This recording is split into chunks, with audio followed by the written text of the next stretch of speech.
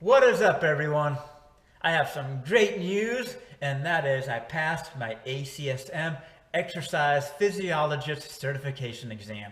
And within a matter of 6 to 8 weeks, I should be receiving my certificate in the mail, and then I will be officially an ACSM Exercise Physiologist. And the timing could not have been any better because I definitely needed to pass my exam because I got hired on as an adjunct instructor for a fitness training class at a local community college. And so with that being said, I have learned a couple of things, especially about myself, and that is I've got to do a much better job of hydrating. So some tidbits for all of you out there who are going to be doing any high intensity interval training or heavy lifting, especially doing leg exercises. Maintain your hydration. You want to be hydrated, you want to make sure you're getting ample fluids, making sure you're getting in those minerals and electrolytes, because I kind of learned the hard way last night when I did my high intensity leg workout, and it's obvious that I got to do a much better job of hydrating because obviously I was definitely dehydrated. And here's why that is. You want to maintain hydration because when you're dehydrated, your blood, there's an increase in your blood's viscosity. And what it means is, okay, your heart has to work harder to pump blood to all its vital organs and especially the brain. And so when you're doing any kind of heavy leg exercises, like what you're about to see me do later on in this video, I was doing deadlifts for 2 minutes, trying to do at least 25 to 30, which may not seem like a lot, but for me it's quite a bit. Minute rest, then doing like side to side box jumps to kind of simulate the motion in skiing, short rest, and then getting in a tuck. My legs were just like burning, and I've got all that blood pooling to my lower extremities. And if you're dehydrated and that blood is higher in viscosity, your heart's going to have to pump that much harder to get that blood flow into your brain, which explains why that after my second block of my high intensity leg workout, I had to lay down and I had to recover for like 15 to 20 minutes on a stationary bike, light stretching, just because, my heart's having to pump that much harder to kind of get blood flow back, just back to its vital organs. So you got to make sure that you maintain proper hydration.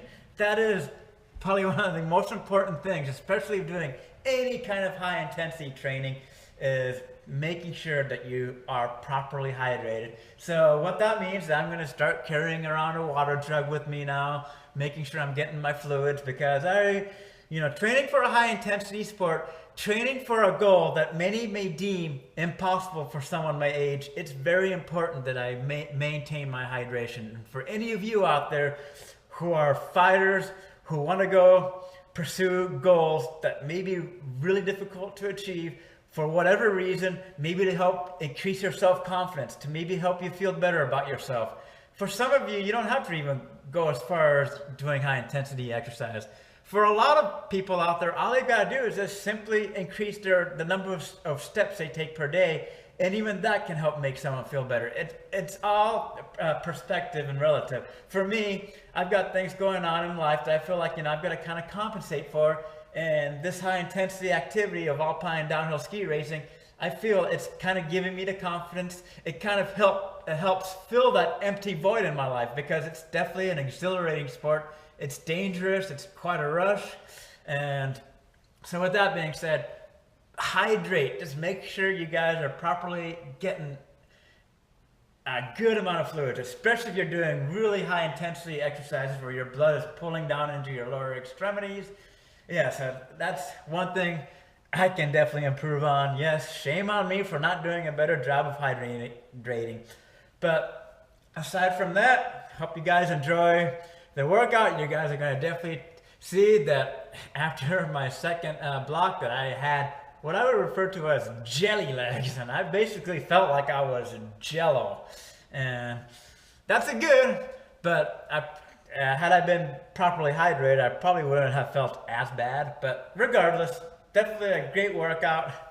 I'm not going to recommend it for a beginner or even a moderately trained person, because that's the last thing I want to do, is make people not want to exercise because they think it's got to be painful, too excessive.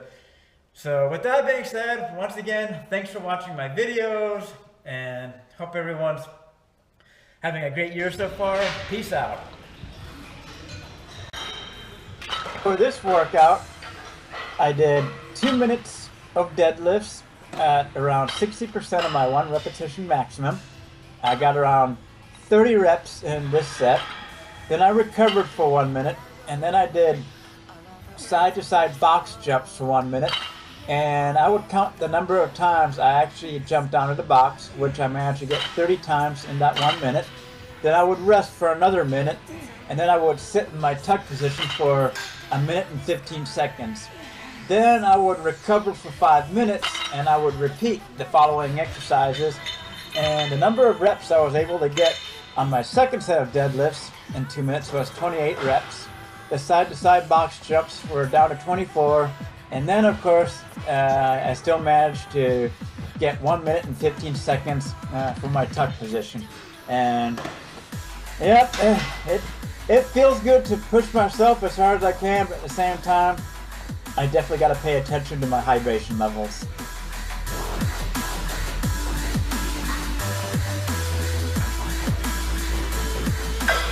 You will definitely notice that I am essentially not sweating, or it looks like I'm not sweating at all. And if I am, it's very minimal. And that's definitely a sign that I am definitely dehydrated, because typically if I'm properly hydrated and I do this kind of intense workout, I'm typically dripping with sweat. So lesson learned, guys, make sure you guys properly hydrate, because your body will thank you later on.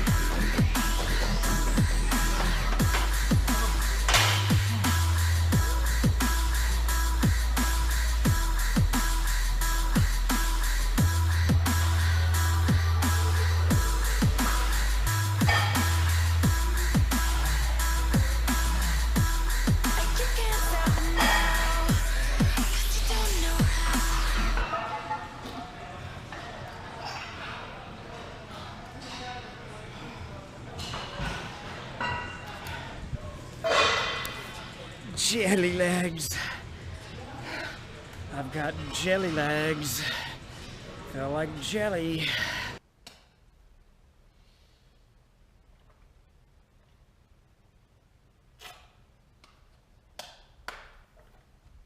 good old hydration.